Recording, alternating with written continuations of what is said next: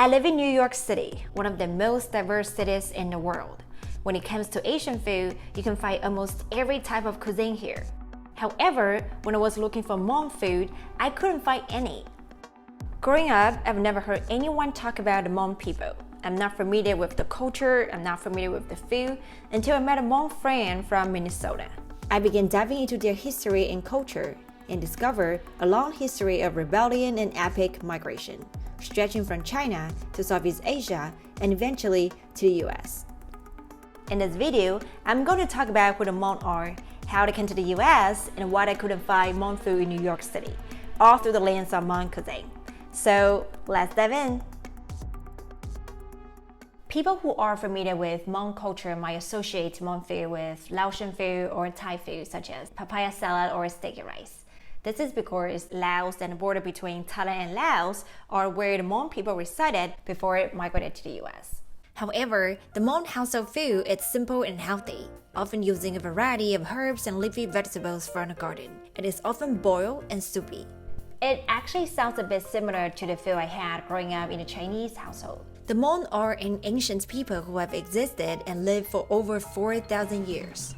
To understand the food and the culture, you have to understand their connection with China and 1,000 years of battle and migration. But first thing first, we need to grab a bunch of ingredients and make the dish. I'm going to make lafagor soup with assorted vegetables and mushrooms, seasoned with herbs and serve it with pepper dip, which was said by my Hmong friend that it is a classic Hmong soup. If you know me, I usually would go to the restaurant and savor the food there. But since I couldn't find any in New York, I'm going to make the dish myself while talking about their story. I do believe it's a hands-on and unique way to experience the culture. So here we are in Chinatown. A quick background on why we are here in Chinatown for groceries. The Hmong are an ethnic group originally from northern China. According to legends and traditions, Hmong people are descendants of Qiyu, the god of war in Chinese mythology. Qiyu was the leader of several tribes that resided near the Yellow River but was defeated by the Yellow Emperor, who is considered as the original ancestor of Han Chinese. After Qiyu was killed in a war, his tribes and descendants fled to central China and built a kingdom there, but were later defeated and forced to migrate south.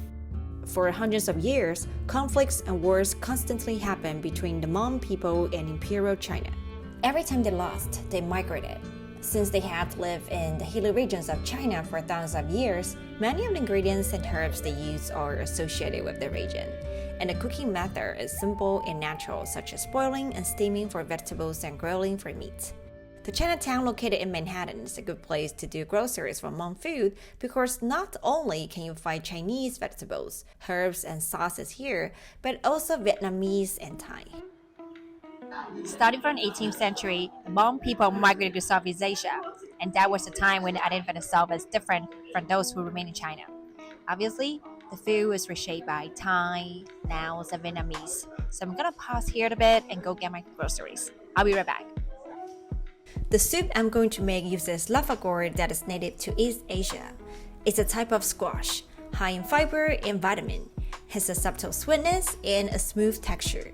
I also got assorted mushrooms here such as oyster mushrooms and a seafood mushroom. I can imagine that mushrooms are used quite often in Hmong food because their ancestors lived close to nature, so they probably used wild mushrooms back in the day. The funny thing about this dish is that you can grab the ingredients in a Chinese grocery, but for herbs and spices, you want to grab those in a Thai grocery. I need lemongrass, Thai chili pepper, and fish sauce. These are the items frequently used in Hmong people's kitchens, and they tell the story of another migration and how they began to set themselves apart from those who stayed in China. The escalating conflict between Hmong and the Qing dynasty led to a mass exodus to higher and more remote mountains, with some Hmong arriving in Vietnam, some staying, some kept moving, eventually settling in Laos. The lowland and plains were already occupied by Laos and others, so once again, they found themselves settling in mountainous region.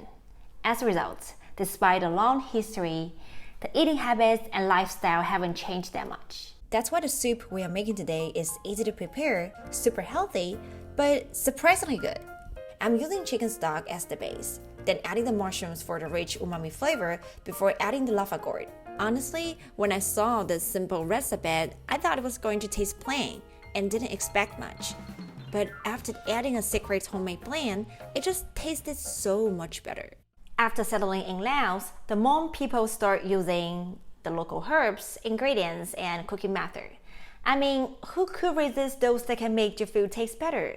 I certainly can't, and neither can the Hmong people. The secret homemade blend, which is Hmong pepper dip, it's what truly makes the soup taste better. You know the dip is going to be awesome just by looking at herbs and spices I'm going to use. Each household does their pepper dip in a slightly different way. My way of making it taste even better is to saute the ginger, shallots, and lemongrass to bring out the flavors. I can't handle spicy food very well, so I just put 1 Thai chili, garlic, salted ginger, shallots, and lemongrass, cilantro, and the fresh basil I just picked from the plant, some palm sugar and salt. Then let the fun part begin. This dip is extremely important in Hmong cuisine. Not only does it taste great with bold and complex flavors, but tells the story of how the Hmong adapted to their new home after migrating from China. You can add some of the dip to the soup, and trust me, it tasted so much better.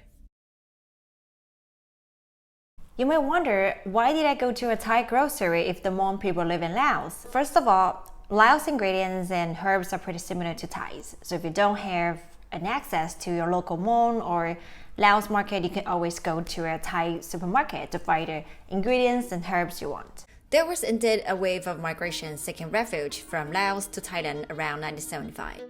The Kingdom of Laos became a French colony shortly after the Hmong settled into their new homes. The tax and oppression imposed on the Hmong was so heavy that they rebelled again, becoming one of the largest anti-colonial uprisings in French Indochina during this period.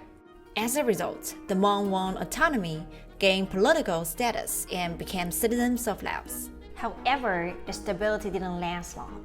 Due to internal strife, the Hmong has divided into two, with some supporting the French Laos Authority while others supporting the Lao Communist Party. In the 1960s during the Vietnam War, those who supported the French Lao authorities were recruited and trained by the CIA to fight alongside US forces against the Lao Communist Party and North Vietnamese troops. We all know the result of that war. After the communists took over Laos in 1975, they viewed the Hmong as traitors because they had been US allies. To avoid being killed, many of them crossed into Thailand and stayed in refugee camps along the border. As promised, the US government began resettling those who had sided with them. The resettlements did not happen all at once, but across 30 years.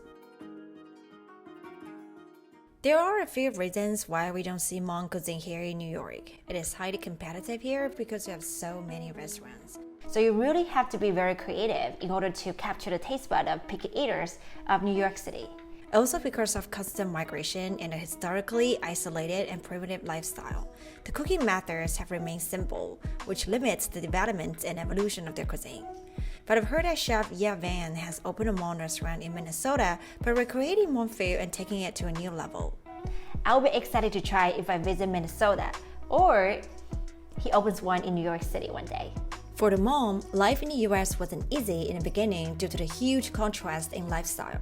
Things were very different from how they were back home, but they managed to make it through and contributed tremendously to their new home here in America. One of my favorite gymnasts, Suni Lee, is Hmong American, and she's truly an inspiration.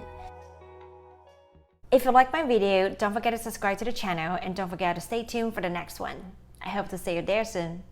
Bye now!